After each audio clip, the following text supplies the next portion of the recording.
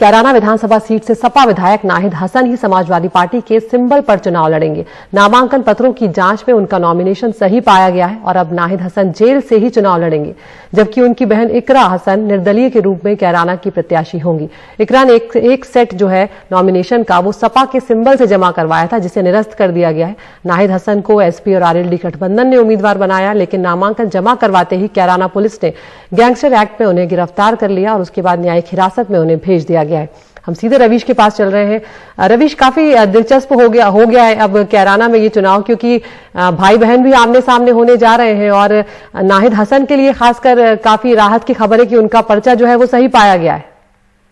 आज देखिए बिल्कुल, और जो नाहिद की बहन है तो नामांकन जरूर उन्होंने किया है, लेकिन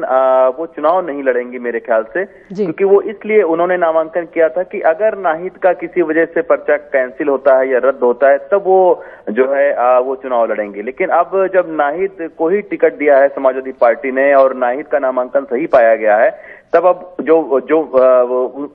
मतलब कि वो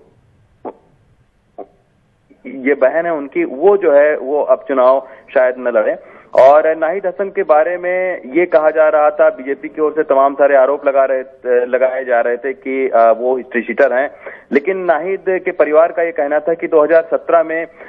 17 के बाद उनके ऊपर सारे केसेस दर्ज किए गए हैं, यानी एक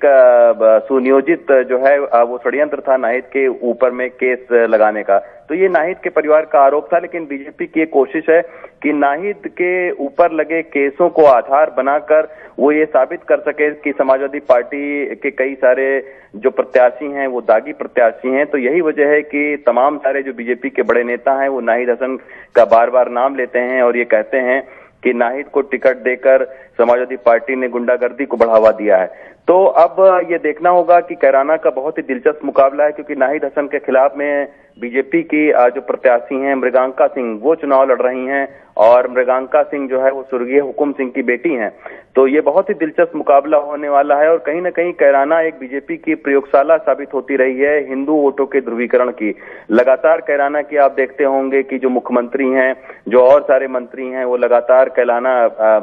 कैराना में हिंदुओं के पलायन का एक मुद्दा बनाते हैं। हालांकि कैराना की विधानसभा सीट पर हम लोग जब गए थे तब खुद बीजेपी की प्रत्याशी ने ये कहा था कि यहाँ पर हिंदू मुसलमान और हिंदू के पलायन का कोई मुद्दा नहीं है और कैराना के विकास के मुद्दे पर जो है वो चुनाव ये पूरा लड़ा जा रहा है। लेकिन उसके बावजूद कैराना